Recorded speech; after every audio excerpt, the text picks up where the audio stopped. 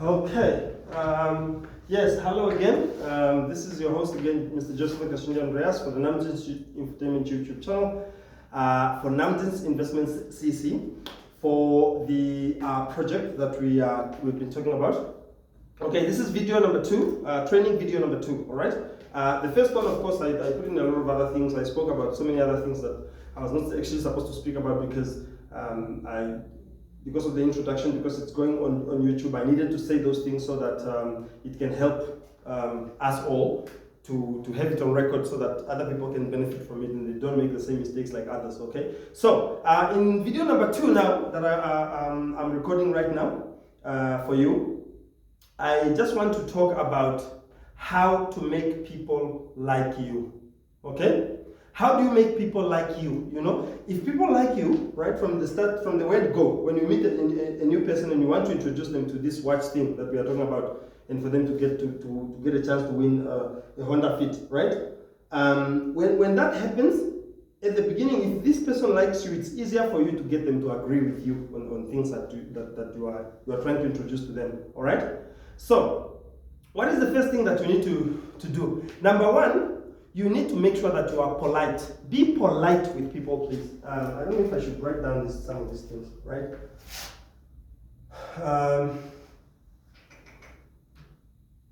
How to be, okay, how to get people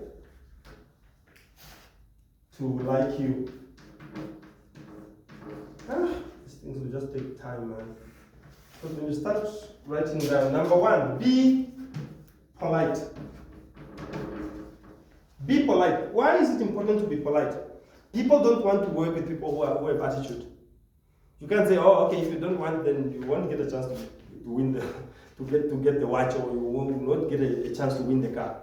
If that is your attitude, and you are the one trying to get these people to sign up, think of your $50 per person that you need to sign up. So when you meet these people, if your target is to make $50,000 or to make $100,000, make sure that you think of that first before you say anything negative, anything bad to the people. Okay? So be polite, please. So how do you be polite? Like for me, I'll give you a real life example.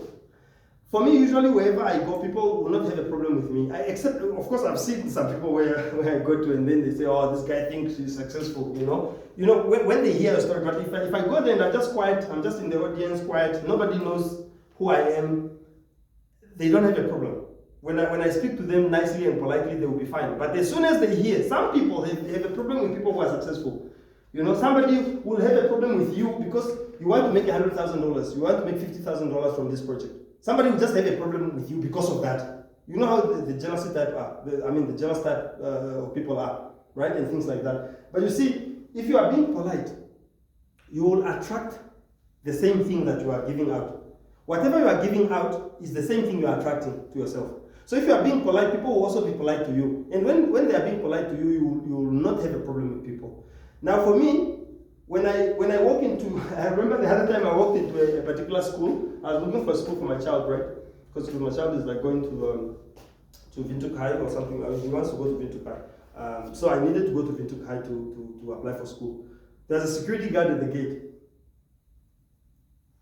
And for me, I'm a business person, my friend. I don't look down on people. And I always do the things that I know that they give good results and they help my life. So when I went to the security guard there, first he just opened for me, so I waved at him. And then I drove my car, I parked in the parking. Then I walked from my car back to him. Can you imagine? You see some people who just stop their car there at the gate and then, where do I go? Where is the office? You speak through the window, right? There's nothing wrong with it. Maybe you are in a hurry. But for me, I just made it a point to say, let me make this guy know that I value him. Even though he's a security guard and I'm a business person, maybe I have a little more money than him or whatever, but let me just show him that I value him. So I drove past him, I waved at him first as I was driving past and then I did, okay, like thank you for opening the gate for me. I went, I parked my car, I walked back from there to him. And I said, excuse me, sir, how are you today? Fine, thank you. How are you? Oh, okay. No, it's a very cold weather, isn't it? I was now talking to him like that, just making a short. I know my sons don't like me making this small talks with people because apparently it wastes time, but they don't understand which world I live in. So and then I said, okay, no, so are you okay, sir? Oh yeah, I'm fine, okay. I said, sir, I have come to look for school for my son. I want to get the forms. Can you please direct me? Me dressed the way I'm dressed, coming from the car that I'm coming from. Calling this security man who is younger than me, sir, that just killed it. It killed it already. So this guy was so impressed by me, and he just started liking me from the word go. And then he came, he was like, oh, okay, no, let me just check if there are other people coming. I can just walk you there. Imagine. And then we walked all the way around, past my car, we went all the way around, and he was like, no, but say you could have just driven, you could have also just driven to come and park here in front of the office, then you can go, it's faster, it's cheaper. Then I said, no, it's you know what I said to him? I said, no, it was nice walking with you, my brother. It was nice working with you, so it's not a problem. Let's just. So he took me to the office and he showed me, this is the office, you can go, let me go back to my duty post. You see, that is what you do if you want the results that you want to get. If you are going there with attitude, your chest is now out, you think this guy is nothing and you think you are everything, you will not get anywhere like that in this life. Okay? I know this other guy, we became friends, but then our friendship could not last long because he is just too much. You know these people who think they know everything, they think they are better, they think they have more money, they think whatever. He's just, you walk with him, you are going to a security, you are passing by a security guard, you say, hello ma'am, how are you today? Fine. Excuse us, we are just walking past, we are looking for what we are going somewhere. For him, he walks past people. He goes in the hospital, he walks past even the doctors who are there to treat him. He doesn't greet people, he's just there. I said, no, I can't be friends with a person like this because it will rub off on me. I will end up being like him. And our friendship never actually went anywhere. We just did a few $1 million deals here and there. And then I helped him out with some things, but that was it. But I'm just saying, like, how you treat people. If you are being polite, you will attract the same politeness to people. Let me give you another tip. Let me just look at my notes here a bit because I have something I wrote down because otherwise I'll forget what to say and in what order. Okay. The next thing is to give sincere compliments. Give sincere compliments. Sincere means you are being true to yourself first and to the person. Don't be fake with people. Give sincere compliments. If the person's hair looks nice, you say, oh, my sister, that hair is really nice. Or you look really nice in your new dress or something like that. Now, people find it funny to say that to people. My answer is very simple. If you look at this suit now, the reason why I chose this suit is because I thought, well, it might not be true, right? But the reason why I decided to wear this suit today, this blazer today, is because I thought I would look good, and I thought it's nice enough for me to wear it and go out and meet people out there. So anything that somebody is wearing, you can say, nice, that's a nice shirt, sir. Or that's a nice dress, ma'am. Or those are nice sunglasses. Hey, that's a very nice phone. Give compliments. Because every person, whatever they have, of course, if you say to a person who is holding a Gatoshe phone, right? This is Tamagotchi phone that we call Tamagotchi phone, right? And you say, oh, that's a very nice smartphone you have there. Do you know that the person will actually hate you because you are even exposing the fact that it's a Tamagotchi, right? And you are being sarcastic with them. You are not being true and honest. So give honest compliments, give sincere compliments to people. So compliment people. If the person's child, maybe it's these young couples who are walking around and the children are all around. Instead of saying, oh, your children are so naughty because they are running around all the place, you can say like, I like it. I like the fact that your children are very active. Because active means running around the same way. Just that now, if you say naughty is a bad word. I remember one guy from my church, somebody said, oh, but your sons are naughty. He said, no, don't ever call my children naughty. My children are not naughty, they just know how to express themselves in a loud way. Can you imagine somebody saying that? Because if you say see that you are insulting the other person, right? So give compliments and choose your words correctly. That's the next thing. Choose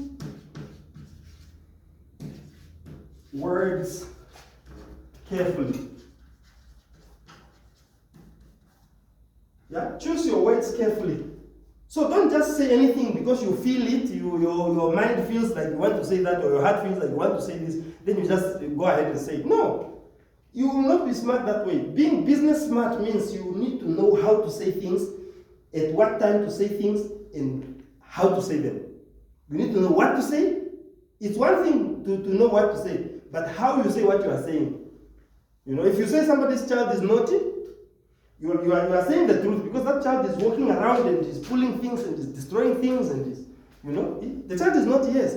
But if you say, oh, your child is very active, the person will not feel the same way as they feel when you say the child is naughty. So it's very, very important for you to choose your words carefully.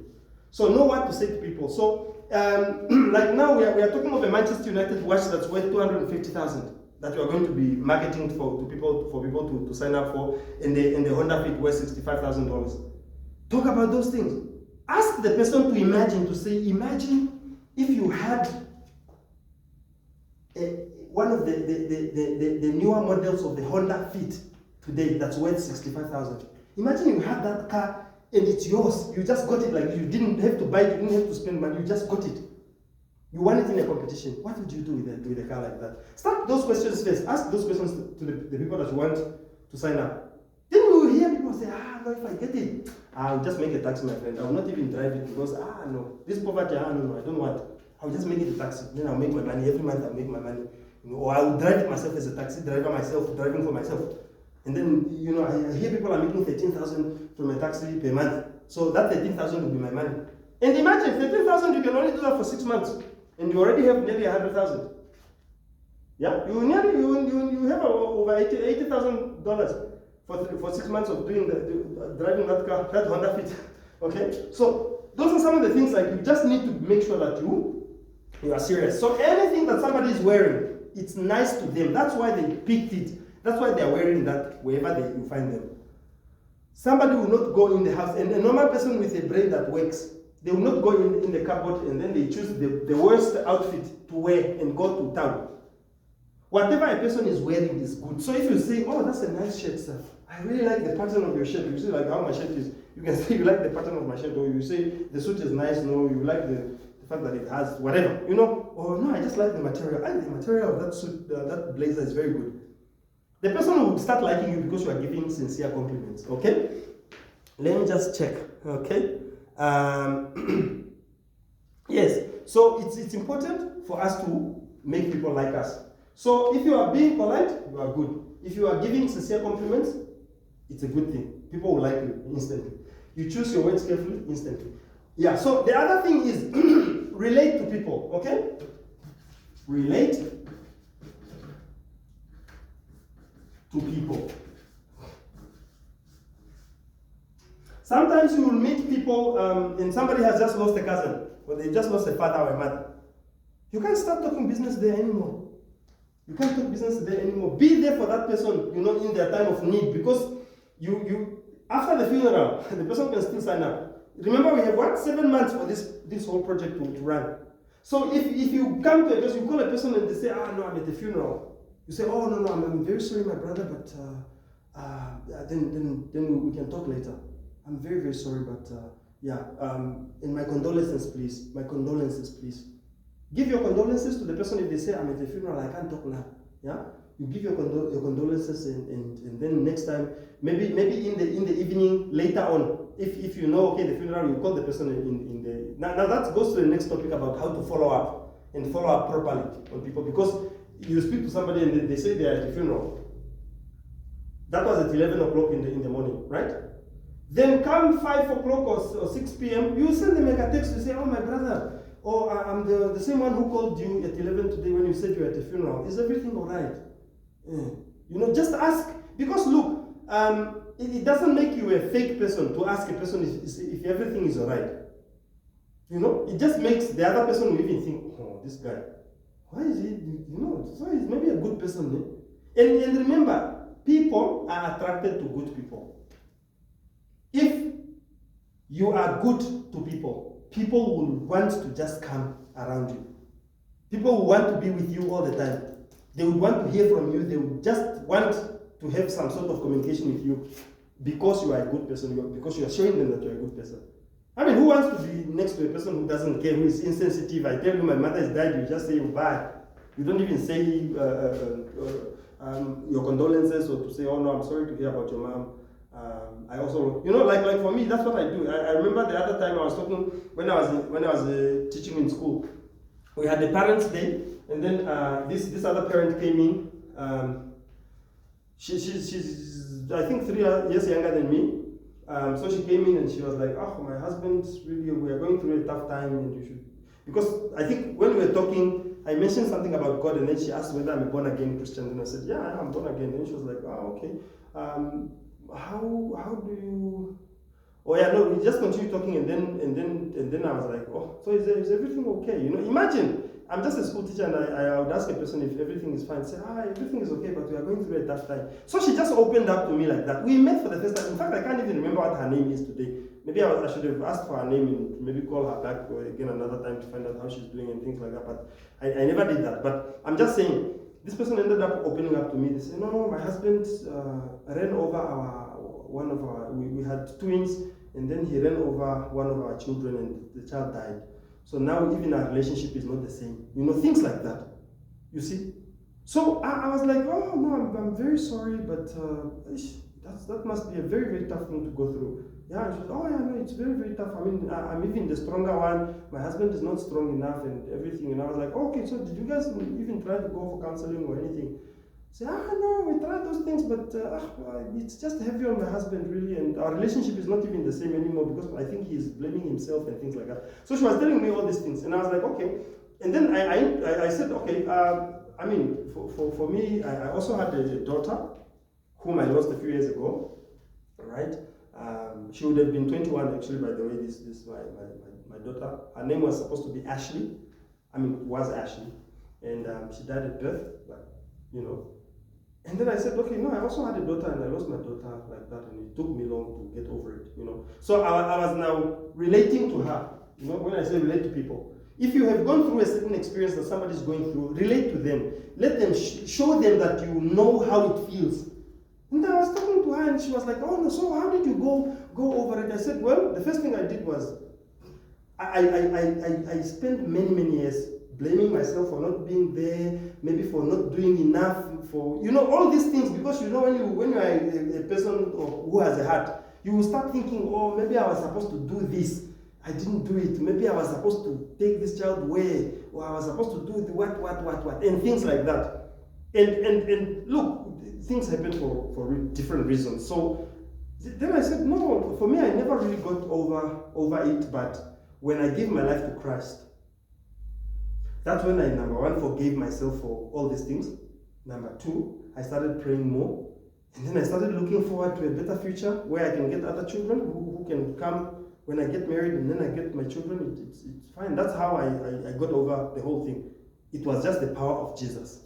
So I was telling her, I said, oh, so which church do you go to? So she wanted now to come to my church and things like that. And I told her to say, okay, this is my church, this is the church where I go to. And she actually happens to know the church that I go to and things like that. So relate to people. If somebody has lost a child, relate to them. If you have also lost a child, if somebody has gone through a period of I don't know, poverty where you don't even have food in the house or whatever, and you have gone through it, talk about it. It doesn't make you less of a person. That's why for me, I talk about all the things.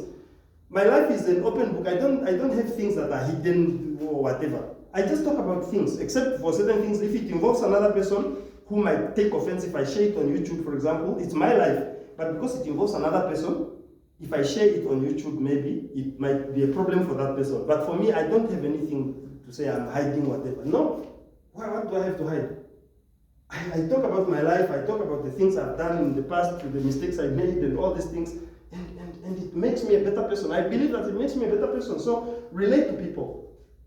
Feel sorry for, not feel sorry for people. Have sympathy for what people are going through. If somebody is going through a tough time, sympathize with them. Be there for them and follow up. If you called somebody and in the afternoon you didn't hear from them, just write them a very nice text message. If you know how I text, most of you, I have texted you. Even people who told me to say, oh no, I'm not interested in this thing anymore after my data, I just can't get enough data, whatever, I can't watch your videos, so I'm not interested. You know what I say to the person? I say, oh no, that's not a problem. Thank you very much for telling me that you are not interested anymore. May God bless you and take care. Do you think I'm losing anything by saying that? No, I'm not losing anything. And I sincerely want the person to be blessed by God.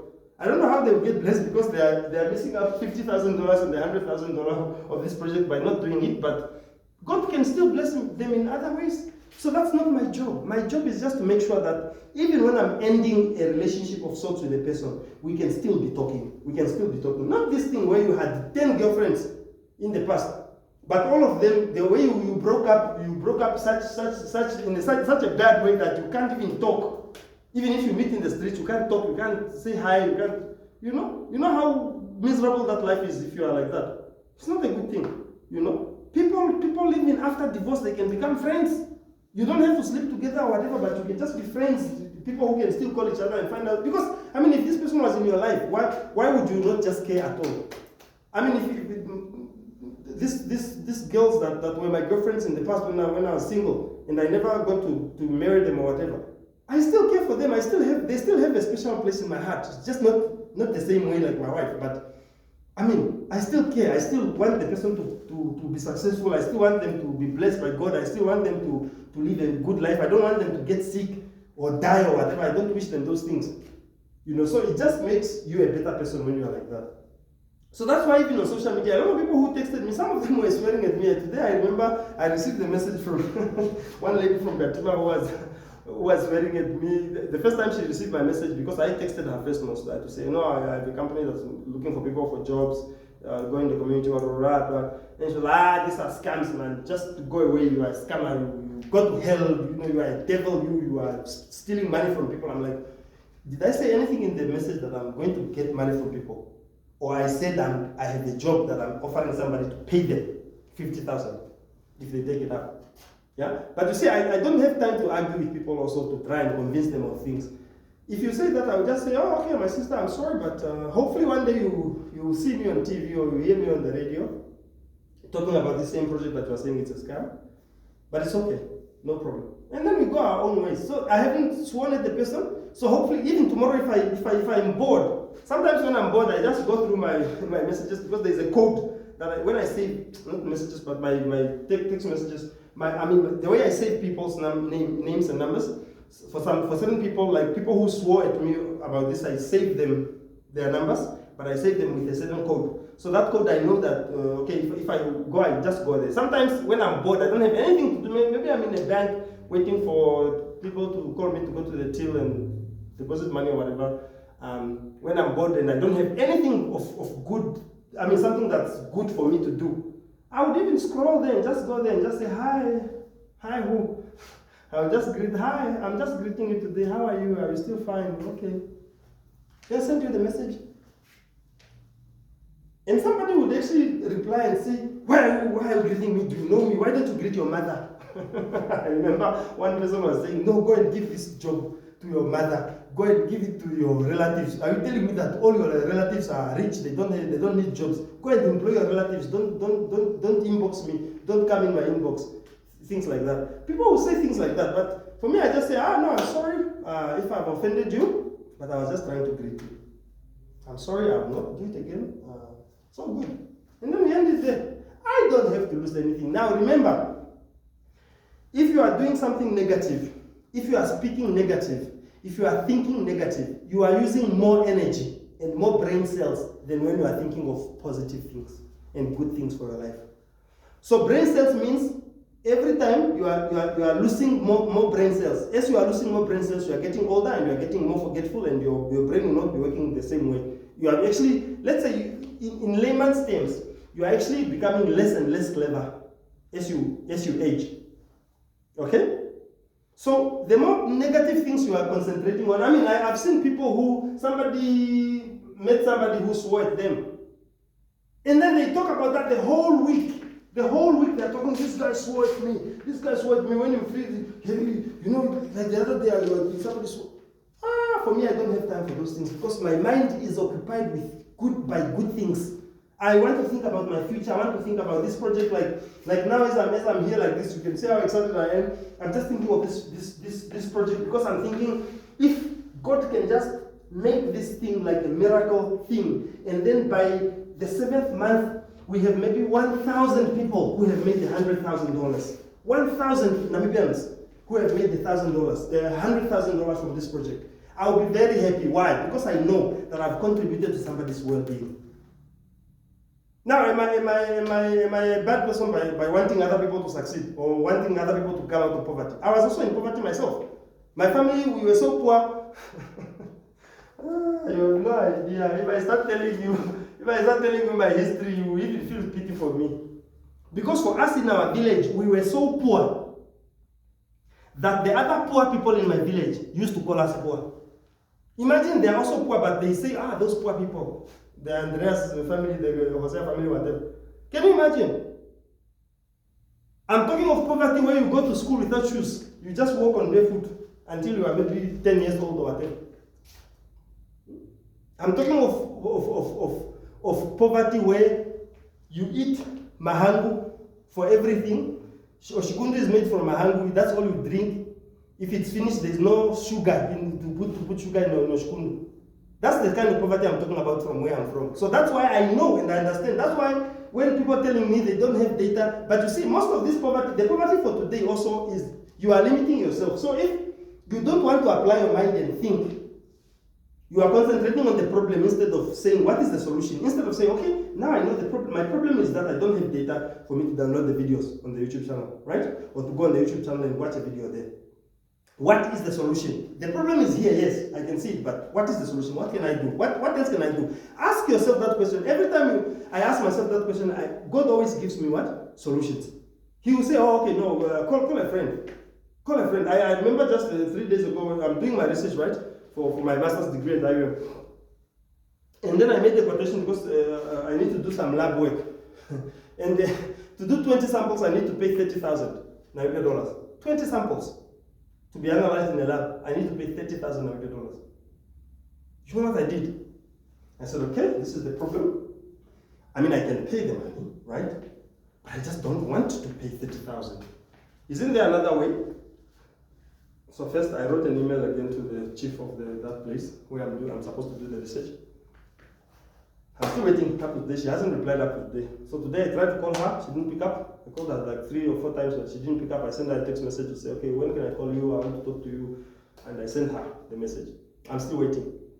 And then I said, what is the next solution? So I happen to have a friend who is a professor at one of the institutions here, and he works in the lab. I mean, he does lab work, right? Then I said, okay, let me give him a call and see if it can work. Then I called him. He said, okay, no, just send me the things that you want to do, like the quotation of what you want to do, exactly the things you want to do. Then I'll be able to go and find out for you.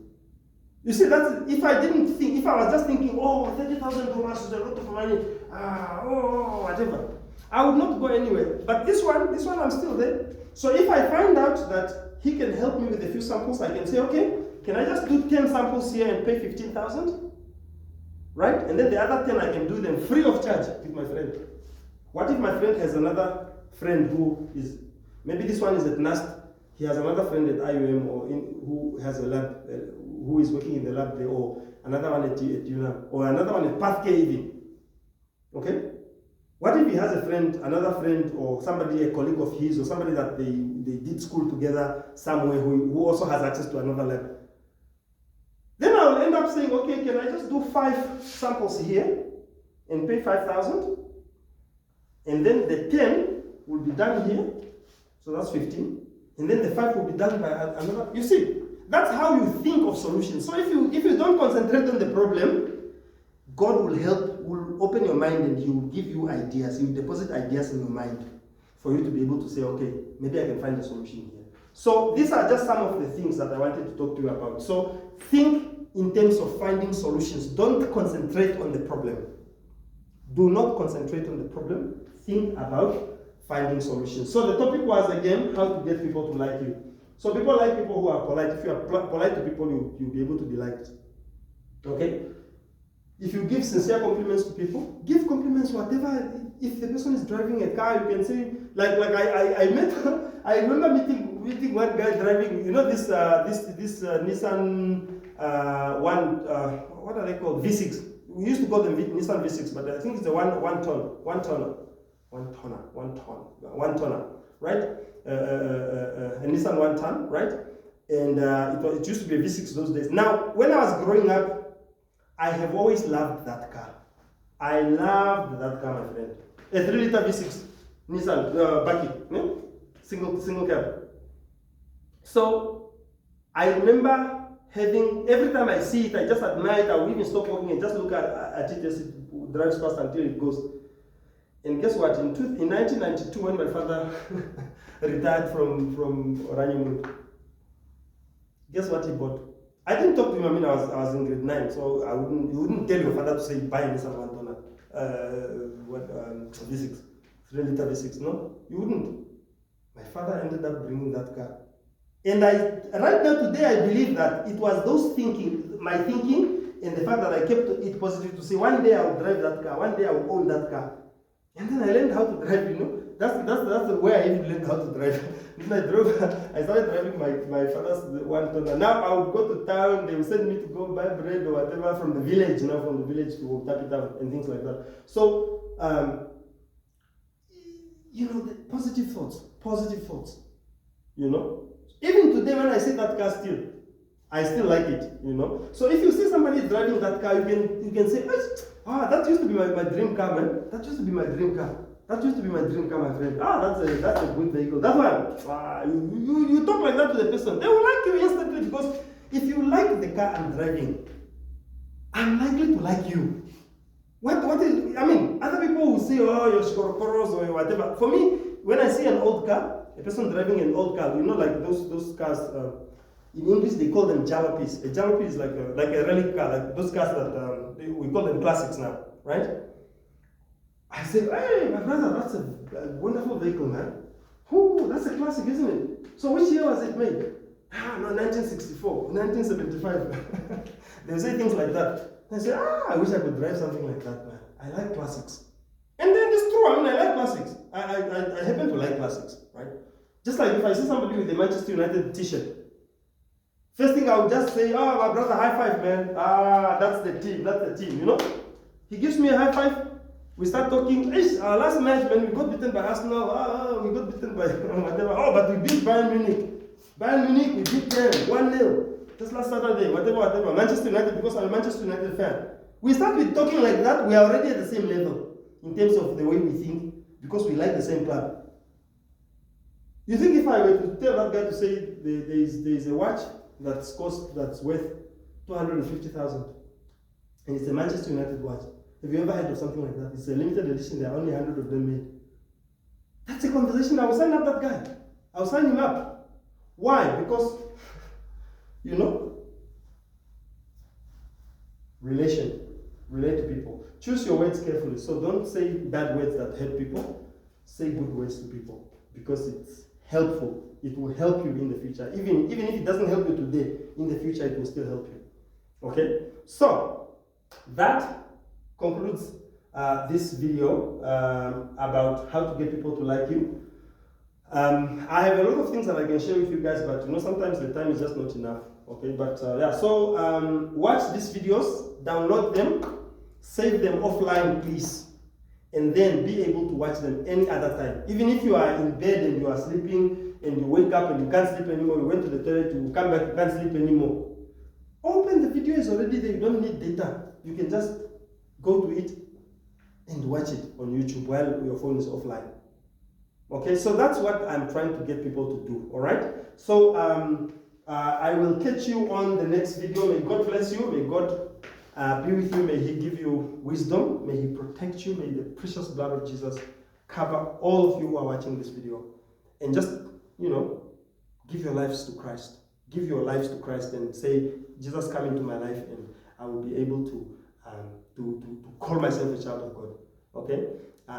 It's a wonderful thing to be a child of God, man. And you guys, you have no idea. Some of you guys who are not born again, you have no idea. People, before I got born again, people used to tell me I'll go crazy, I'll lose my mind, and all these things. And it has not happened. It's been more than 10 years now, and it hasn't happened. Okay, so I believe that we are on a path of doing something good, something worthwhile, something that even God would be proud if He sees that I'm doing a project like this that's going to lift people out of poverty, and things like that. So all the best of Godspeed.